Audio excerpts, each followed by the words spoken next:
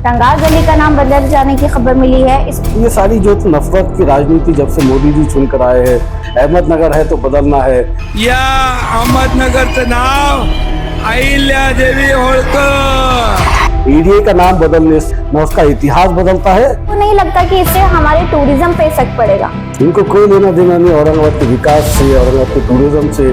Traffic का मुद्दा है, एजुकेशन का मुद्दा है, इन सारे मुद्दों से बीजेपी और शिवसेना को कोई लेना देना नहीं है। करते तो ये रोड को ये नाम दे दिया जाए। दूसरे जो बीजेपी के लीडर्स थे उन्हें 80 लाख रुपए दिए गए थे, बट जो MIM के उम्मीदवार है उन्हें सिर्फ 35 लाख रुपए दिए गए हैं। मैं हिटलर हूँ और मैं जो फरमान सुना दूंगा वो सबको मानना है, ऐसी बातें है। और क्या है ना, ये बीजेपी शिवसेना के लोगों को काम कुछ रहा नहीं। अस्सलाम वालेकुम नाजरीन, आज हमारे साथ माइक के पीछे की कहानी में मौजूद है जनाब समीर साजिद साहब, जो कि अपोजिशन लीडर है। अस्सलाम वालेकुम। वालेकुम सलाम। मौजूदा दिनों से औरंगपुरा का नाम बदला जाने की खबर मिली है, रंगार गली का नाम बदल जाने की खबर मिली है, इस पे आपकी क्या राय है? देखिए, ये नाम बदलने से अगर औरंगपुरे का विकास हो सकता है तो बिल्कुल उसमें कोई हर्ज नहीं है। मगर क्या है ना, ये बीजेपी शिवसेना के लोगों को काम कुछ रहा नहीं। इनका काम यही है कि बस शहर का नाम बदल दिया जाए, एरिया का नाम बदल दिया जाए।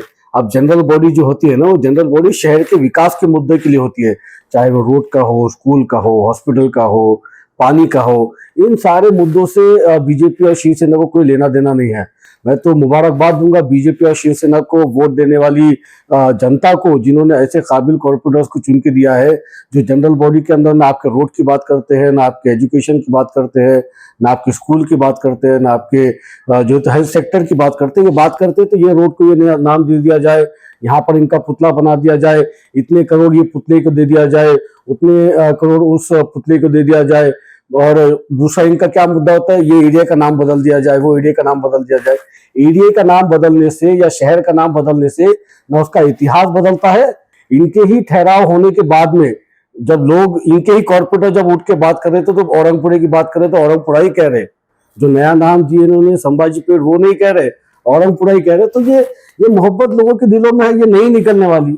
बेशक मैं कहूंगी कि हमेशा जो है तो इतिहास रफ्म किया जाता है, ना कि मिटाया जाता है। बिल्कुल सही।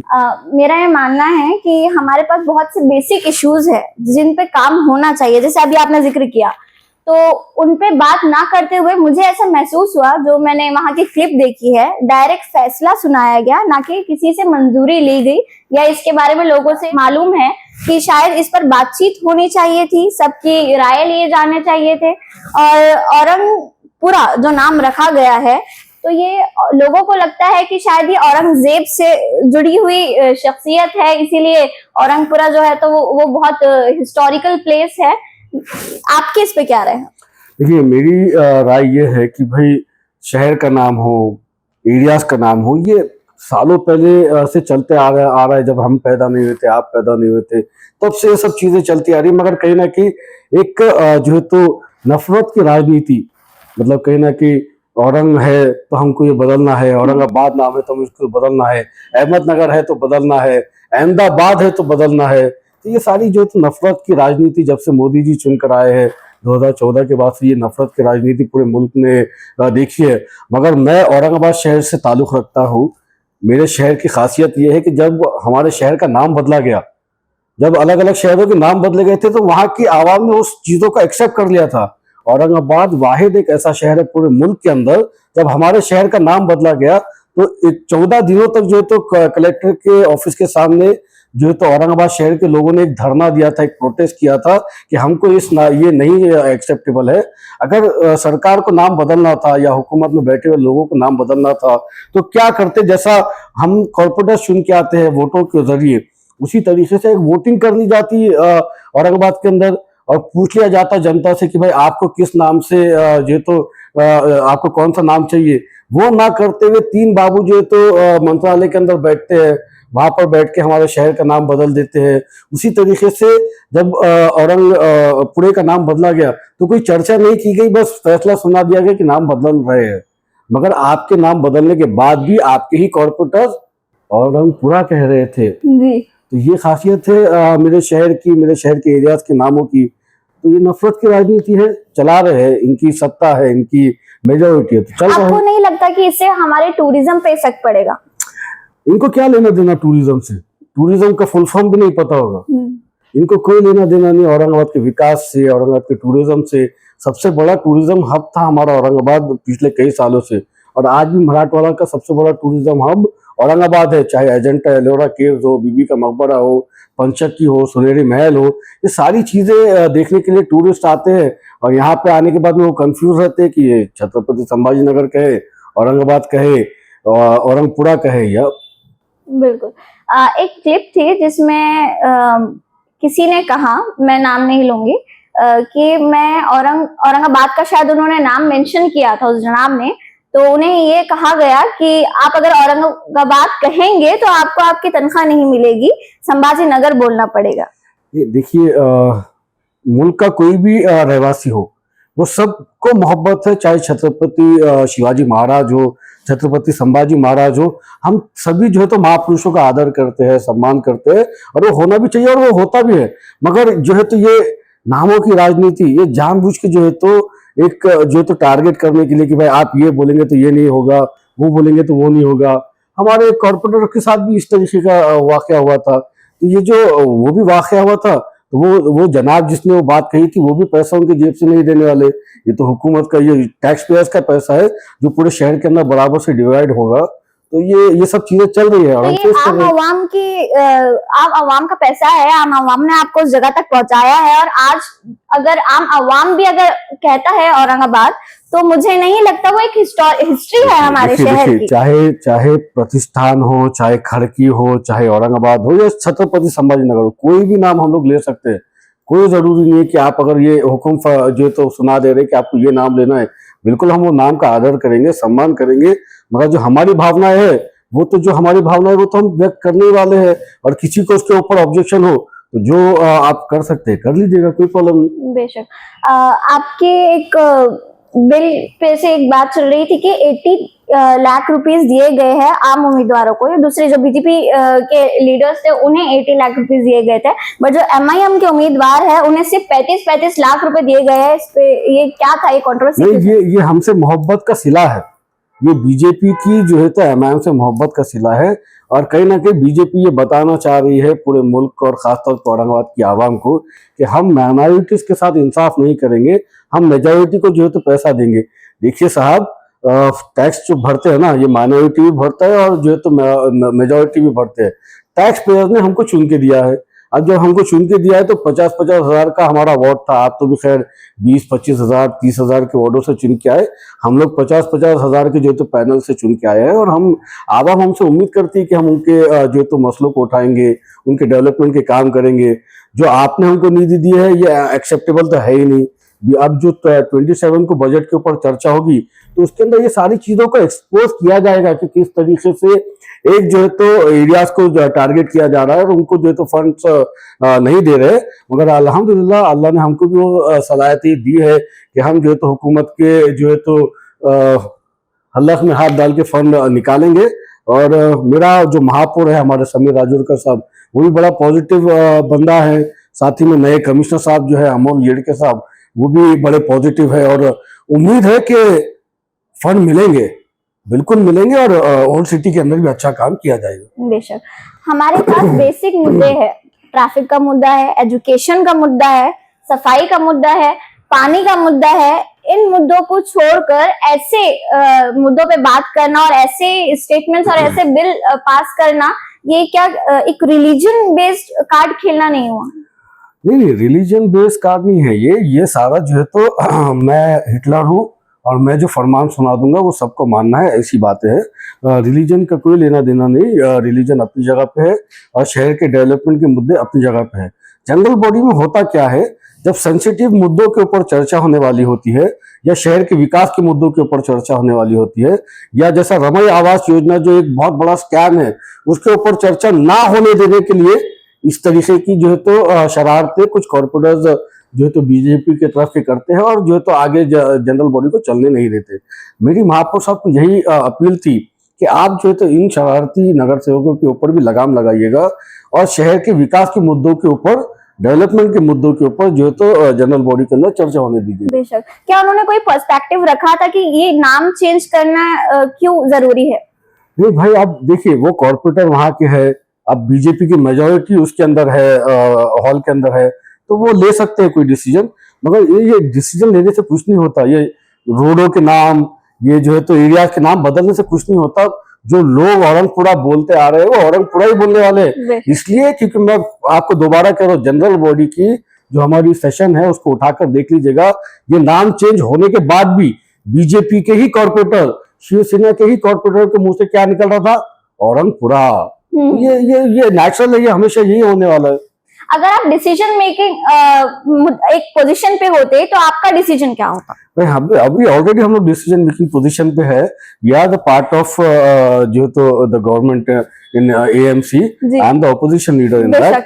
और हम भाई मेरे इंटरेस्ट नहीं है रोड के मुद्दे में। हाँ। मेरा इंटरेस्ट नहीं है कोई जो तो रोड का नाम बदलने में, या पुतले के ऊपर पैसा खर्चा करने में, या एरिया का नाम बदलने में। हमारा इंटरेस्ट एज एमआईएम पार्टी ये है कि भाई हम किस तरीके से आपको जो है तो जो आज 14 दिन 15 दिन में पानी मिल रहा है उसको किस तरीके से हम रिवर्स लेकर आके 2 दिन 3 दिन तक पहुंचाए, ये हमारी कोशिश है। हमारा कोशिश ये है कि हम किस तरीके से हर वार्ड के अंदर हॉस्पिटल्स बनाए, वहां पे कम से कम नर्सिंग स्टाफ हो, वहां पे कम से कम आपके लिए फर्स्ट एड मौजूद रहे, ये हमारी एक कोशिश है। हम किस तरीके से अपने एरियाज के अंदर सीबीएसई पैटर्न के तहत स्कूल चालू कर सके, इसके ऊपर हमारी कोशिश है। हमारी सबसे बड़ी कोशिश इस बात को लेकर भी है कि हमको जो है तो औरंगाबाद शहर के अंदर, इस हद्दी के अंदर जितने भी दारू के ठिये हैं वो बंद करा दिए जाए, इसके ऊपर हमारी सबसे ज्यादा कोशिश है। और हम लोगों ने महापौर को मेमोरेंडम भी दिया था, एजेंडा के अंदर वो क्वेश्चन लेने के लिए हमने बात भी की थी, मगर जो है तो महापौर साहब ने कुछ विषय लिए नहीं। इससे आपको समझ में आता है कि बीजेपी नशे के साथ है, ना के खिलाफ है। बेशक हमारी सिटी हमें स्मार्ट सिटी में काउंट होती है, बट स्मार्ट सिटी उस तरह से आगे बढ़ते हुए अभी फिलहाल तो कुछ नजर नहीं आ रही। स्मार्ट सिटी ऑफिस डाल देने से नहीं बनता। स्मार्ट सिटी स्मार्ट लोगों से, स्मार्ट ऑफिसर्स से, स्मार्ट मेयर से बनता है। तो मैं आवाम से भी ये गुजारिश करूंगा कि थोड़ा सा आप लोग भी स्मार्ट बनिएगा। जिस तरीके से हम हमारे घर के अंदर कचरा बर्दाश्त नहीं करते, तो हमारे रोड्स के ऊपर भी आप कचरा बर्दाश्त मत करिएगा। जो कचरे की गाड़ी आती है उसके अंदर कचरा डालने की कोशिश करिएगा। टैक्स पे करिएगा। जब तक आप लोग टैक्स नहीं भरेंगे तब तक म्युनिसिपल कॉर्पोरेशन आपके एरिया के अंदर डेवलपमेंट कैसा कर पाएगी। अगर हमको रोड बनाना है, पानी प्रोवाइड करना है, ड्रेनेज का सिस्टम सही करना है, स्ट्रीट लाइट लगाना है, तो थोड़ा सा आवाम का भी सहयोग इसके अंदर जरूरी है। बेशक है। अभी भी हमारे पास इलेक्ट्रिसिटी इश्यूज बहुत सारे हैं, लोड शेडिंग के इश्यूज है। अभी आप देखेंगे कि मौजूदा दिनों से ऐसा हाल हो गया है लोगों का कि एक मुद्दा मिल गया है सिर्फ डिस्ट्रैक्शन से, उनका माइंड डिस्ट्रैक्ट करने का, और एक तरह से मैं कहूंगी कि उनको सिर्फ एक मुद्दा दे दीजिए, लोग आपस में लड़ते बैठेंगे। देखिए पिछले दिनों में लोड शेडिंग स्टार्ट हुई थी, ये बात बिल्कुल सही है, मगर उसके अंदर क्या डिफरेंस था पता है? एक सरकारी बाबू है जिन्होंने मुझे कॉल किया, मुझे बताया कि 132 से मुझे जो है तो मैसेज आया है कि ये 132 के एरिया जहाँ पे हमारा रिकवरी कम है, वहाँ जहाँ पर हमारी लाइट की बिल की रिकवरी कम है, ऐसे एरियाज के अंदर लोड शेडिंग करने के लिए कहा गया है। मैं तुरंत उनका कॉल रखा। उसामा साहब भी वहाँ पर गए थे, हमारे हाजी इसाक साहब भी स्पॉट के ऊपर गए थे और जाके अधिकारियों को कहा था कि ये गलत है, मत करिए। मुझे जब उसामा साहब ने कॉल करके बताया कि ऐसी बात ऐसी है, मैं तुरंत हमारे एमएससीबी के सीईओ साहब से बात किया।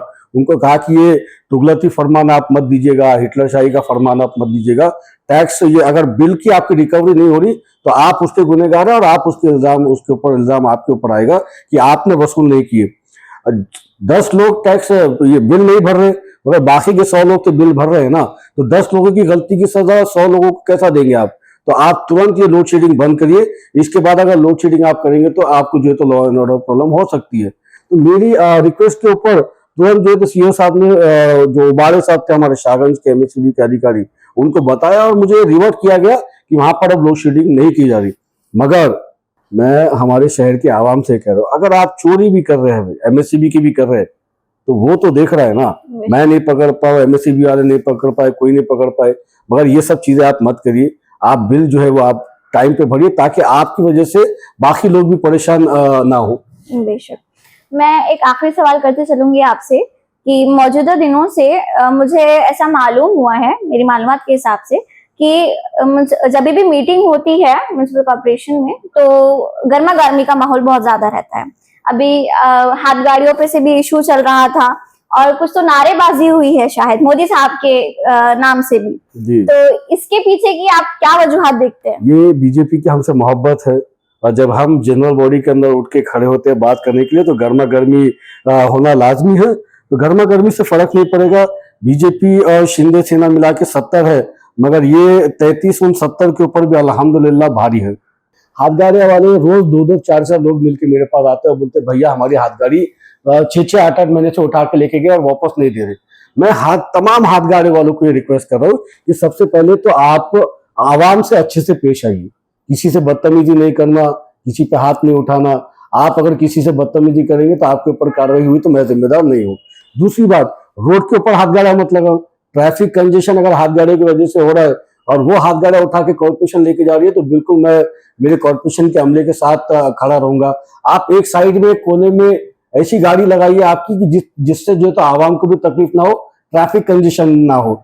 इस बात का आपको ध्यान रखना है। इसके अलावा जितने भी हाथ गाड़ा वाले हैं जिनकी हाथ गाड़ा म्युनिसिपल कॉर्पोरेशन ने लेके गई और 6-6 8-8 महीने से वापस नहीं दी, तो तमाम हाथ गाड़े वालों से कह रहा हूँ समीर साजिश बिल्डर से आकर मिलेगा, इंशाल्लाह आपकी गाड़ियां छुड़ा के देने की कोशिश हम लोग करेंगे।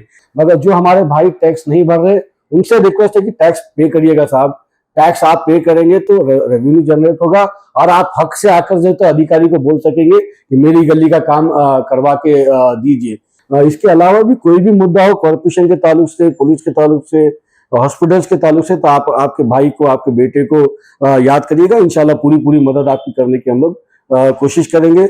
जज़ाकल्लाह, शुक्रिया बहुत बहुत बाजी, आपका भी जज़ाकल्लाह, शुक्रिया बहुत बहुत, थैंक यू वेरी मच। आज हमारे साथ हमारे माइक के पीछे की कहानी में मौजूद थे जनाब समीर साजिश साहब। बहुत बहुत शुक्रिया आपका। ऐसे ही हमसे जुड़े रहे और हमारे औरंगाबाद की और हमारे माइक के पीछे के उन झरोकों से ऐसे लोगों से मुलाकात करते रहे जिनसे शायद आपको बिल्कुल मिलना चाहिए।